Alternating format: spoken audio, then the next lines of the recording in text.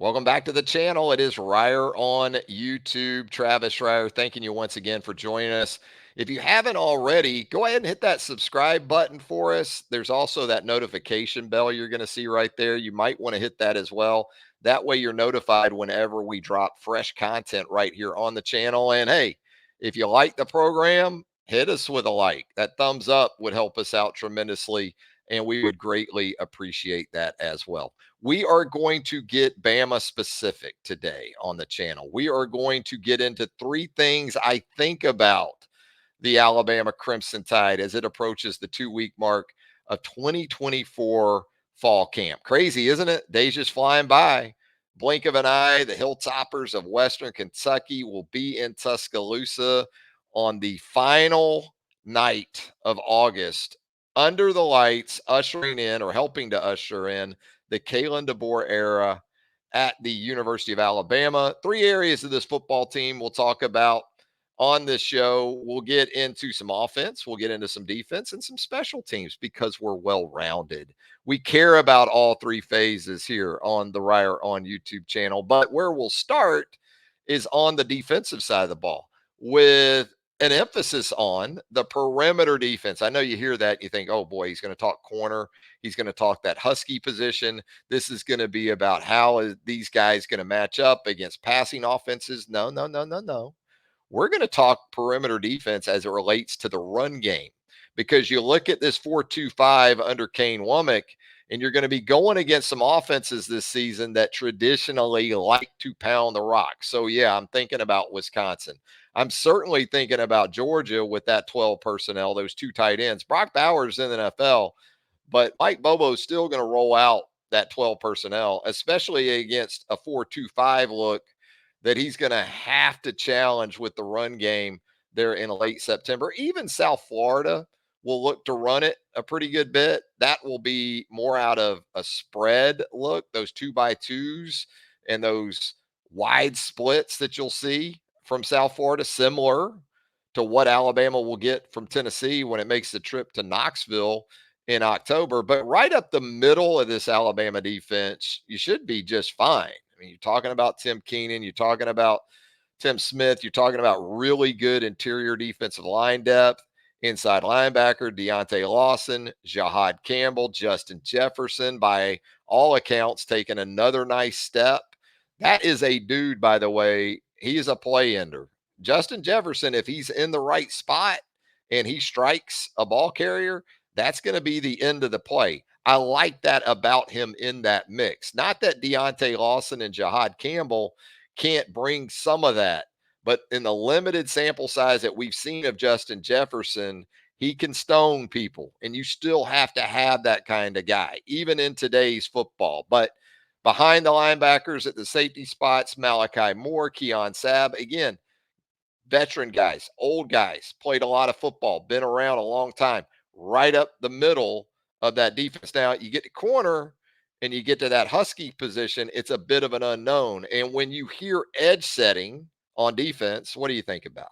You think about defensive ends. You think about outside linebackers. And even in those areas for this Alabama defense, it's going to require some guys stepping up. Jamarian Latham at that bandit position. A guy like LT Overton could prove to have been a very important offseason acquisition in that regard. And then at the Wolf, which used to be the Jack or the Sam, you're looking at guys like Q Robinson, been around forever at this point. You're looking at Keanu Coote, a guy who has achieved a semblance of good health over an extended stretch, something that was elusive to him early on in his Alabama career. And then Quay Rusal has the potential in 2024 to be a big time contributor physically. He certainly looks like he has made some strides. Really, all three of those guys that I talked about, Robinson, Coote, Rusal, they have done what they've needed to do physically. So they should be equipped to deal with tight ends and maybe pullers on counters in the gap run game. And then you get these tight ends crossing formations and these split zones that you're going to see. You have to be at a point physically where you can take that on. And again, it looks like those three have taken those steps. And all of that takes us to the corner and husky positions, or back to corner and husky. And last year when you thought about edge setting at star or corner, when you had Terry and Arnold and Kool-Aid McKinstry on the field, those guys could take care of business. They were older players at that point who had really advanced in the ways of physicality and not just becoming more polished coverage guys, but again, run game, quick game. They took care of business pretty impressively. And you move ahead, and now you're looking at Damani Jackson, you're looking at Xavier Brown, Jalen Mbakwe, Zay Mincy. The common denominator for those four guys is that the next snaps they play for the University of Alabama will be the first snaps. So whereas we put a lot of emphasis on cover skills and working against the pass, and justifiably so these days, how are the new guys going to respond against not only the run, but the aforementioned quick game? And I give Xavier Brown a lot of credit right now, because to play his position with essentially a club on his hand, oh, again, you think more about the difficulty involved with pass coverage in that situation.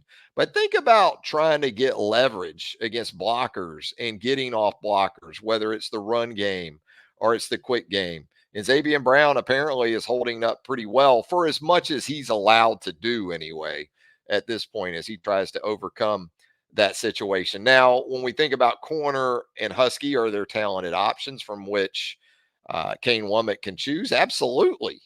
But will we really know a whole lot about any of those guys prior to the season opener? Not a ton.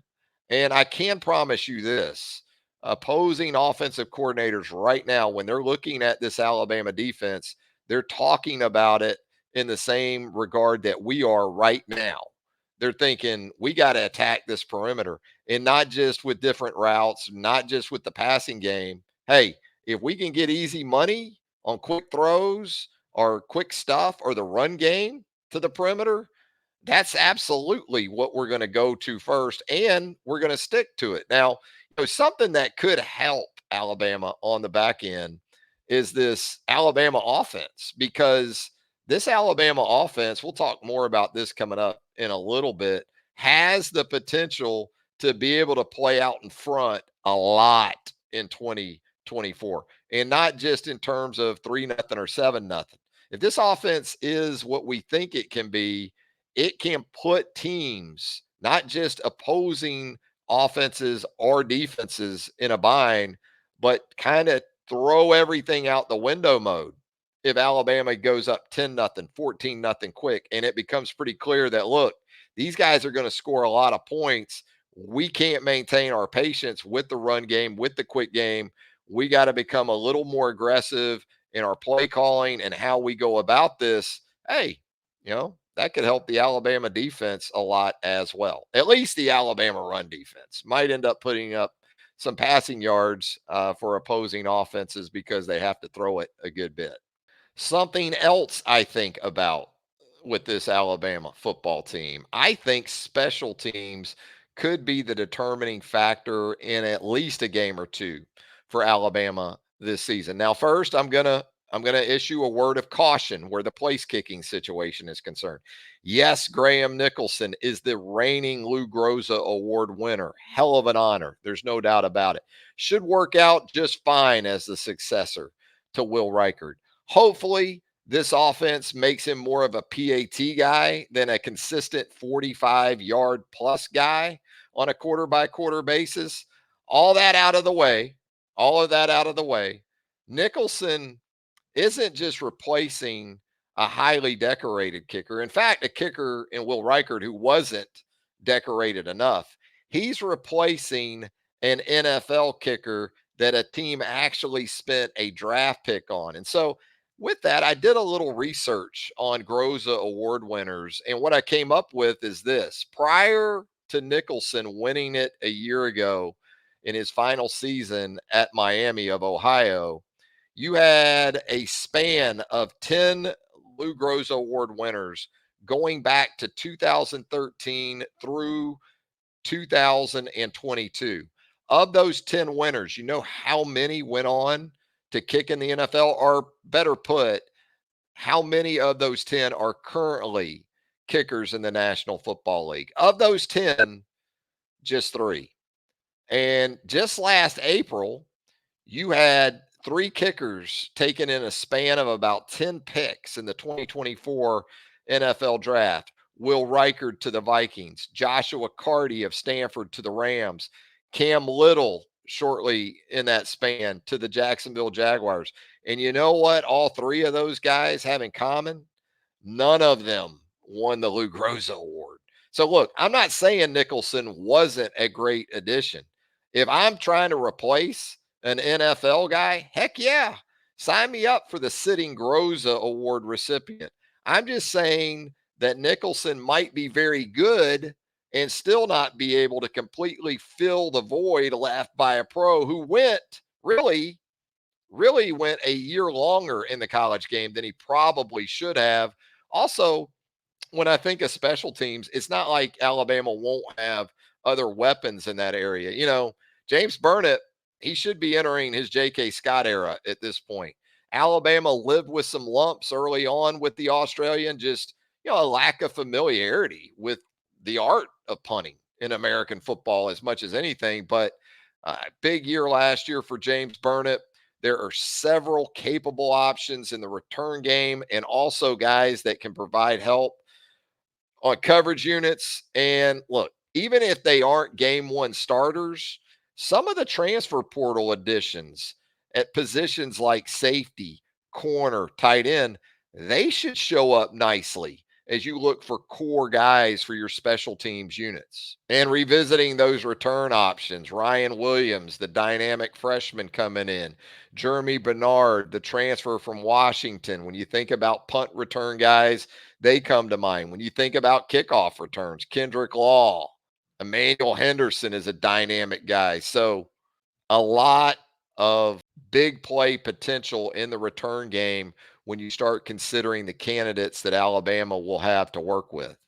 The third and final thing I think about the Alabama Crimson Tide as it closes out its first 2 weeks of 2024 fall camp, I don't think Germie Bernard's recent comments on this offense putting up 40 plus per game in 2024 were really all that worthy of headline. After all, it's not like Alabama offenses haven't hung some big numbers in recent years. Prior to last season, the Crimson Tide averaged 40 or more over 5 consecutive campaigns. And you look at this collection of personnel in a system that doesn't seem to leave a rock unturned when it comes to collective involvement. Wide receiver spot, Bernard, Ryan Williams, Kendrick Law, Kobe Prentice, Caleb Odom, Cole Adams, tight end, CJ Dupree back, Josh Cuevas coming over from UW. Robbie Oots, a big time veteran. Danny Lewis, that's a nice quartet. Running back position, a little beat up right now. Not as beat up, knock on wood, as some other places in the Southeastern Conference, but Justice Haynes, a healthy Jam Miller, Richard Young, you bring back your starting quarterback in Jalen Milrow, and you think about some of the possibilities for him in the zone read game and in the design run game with his legs. Not only the expectation that he'll take another step forward as a passer, but this offense is set up in a way that he will have several chances to hit for explosive plays with his legs. And, this is an offensive line that has a chance to be very good. But with the skill guys this unit has, it doesn't have to be dominant down in and down out. More than anything, when I think about this Alabama offensive line, I think more about situational importance, short yardage, goal line, those type of things. you know, as was the case in Pasadena to end the 2023 season. Sometimes you need a yard, 2 yards, you got to be able to go and get it. So that's what I'm even more interested in with this offensive line than anything else. I think you've got the kind of backs that behind that offensive line and those tight ends can certainly go get it. And something else you have to take into account with Bernard's comment is that this schedule. Wisconsin statistically a year ago was top 20ish. Georgia is going to be littered with elite talent. You get into October, you're going to see Missouri with a new defensive coordinator. You're going to see Tennessee that really believes that this is the best defensive front the Vols have had in a long time. But you look at the back end, and it feels like for the last decade and a half, Tennessee hasn't been able to get that right. So I wouldn't go as far as to say definitively a complete defense that Alabama will encounter in Knoxville. And then November, the train wreck that was the LSU defense a year ago, trying to pick up the pieces, bringing Blake Baker in from Missouri as a new defensive coordinator, bringing Bo Davis in, outstanding defensive line coach, previously of Alabama, most recently of the University of Texas.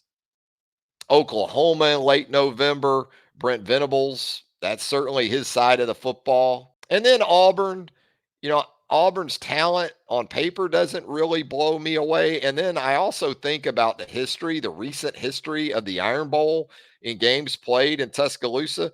Go add up the points Alabama has scored on the Auburn Tigers really since about what, 2008 and that shutout in year 2 under Nick Saban.